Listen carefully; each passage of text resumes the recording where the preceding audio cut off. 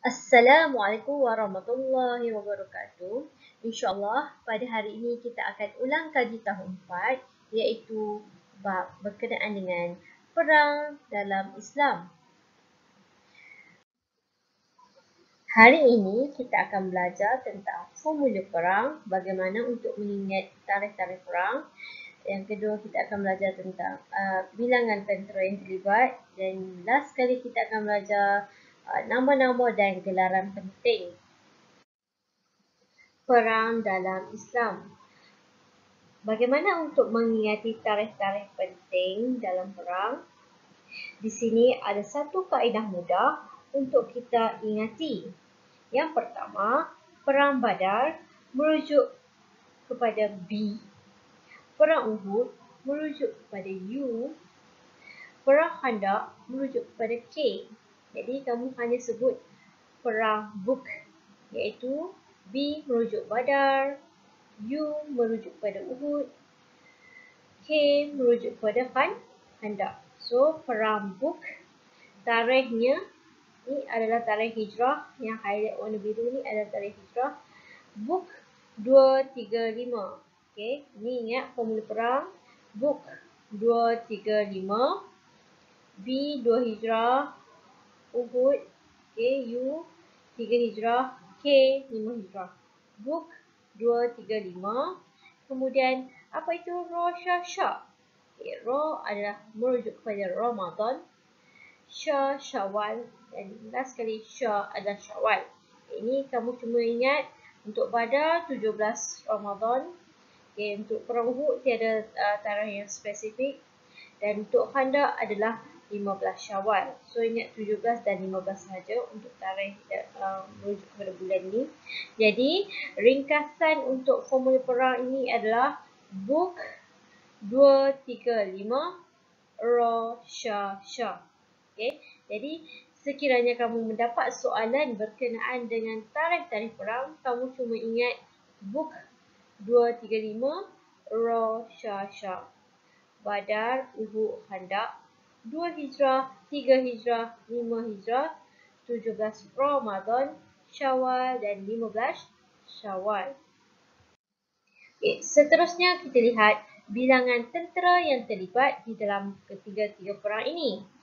Okey, perang Badar, perang Uhud dan perang Khandaq.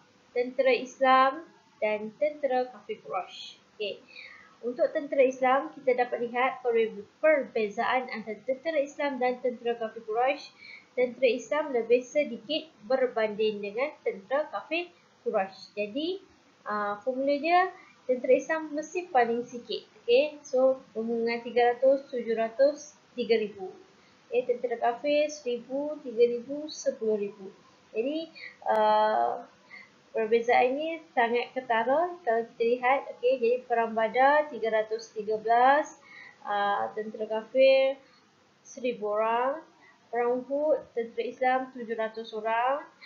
Pada asalnya 1000 orang, tetapi 300 lagi berpatah balik disebabkan oleh dihasut oleh Abdullah bin Ubay. Jadi 700 orang sahaja yang menyertai perang Uhud bagi tentera Islam. Manakala 3000 orang untuk tentera kafir Quraisy, dan untuk perang Khandaq tentera Islam 3000 orang dan tentera kafir 10,000 orang. Okey. Nama-nama dan gelaran penting yang perlu kamu tahu dalam bab perang ini, perang Uhud, perang Khandaq dan perang Badar ni. Okey, ni mukadimah simpulkan untuk tiga perang ni, antara nama-nama yang penting lah yang perlu kamu ingat. Okey, yang pertama ialah Abdullah bin Ubay. Okey, Abdullah bin Ubay adalah ketua orang munafik. Dia lah antara yang menghasut tentera Islam yang 300 orang lagi tu supaya berpatah balik. Okey, Ubay bin Khalaf. Siapakah Ubay bin Khalaf? Ubay bin Khalaf ialah satu-satunya orang yang dibunuh oleh Rasulullah sepanjang hayat Rasulullah. Dan yang ketiga adalah Hamzah bin Abdul Muttalib. Okey, Hamzah bin Abdul Muttalib adalah bapa saudara Nabi yang dibunuh ketika di dalam perang Uhud oleh Wahsy. Okey. Seterusnya, Wahsy. Okey. Wahsy adalah orang yang membunuh Saidina Hamzah. Manakala Hindun ialah isteri Abu Sufyan. Dialah antara orang yang menembuk, merentak, mengunyah dan meludah hati Saidina Hamzah. Okey. Dan seterusnya Perang Khandaq.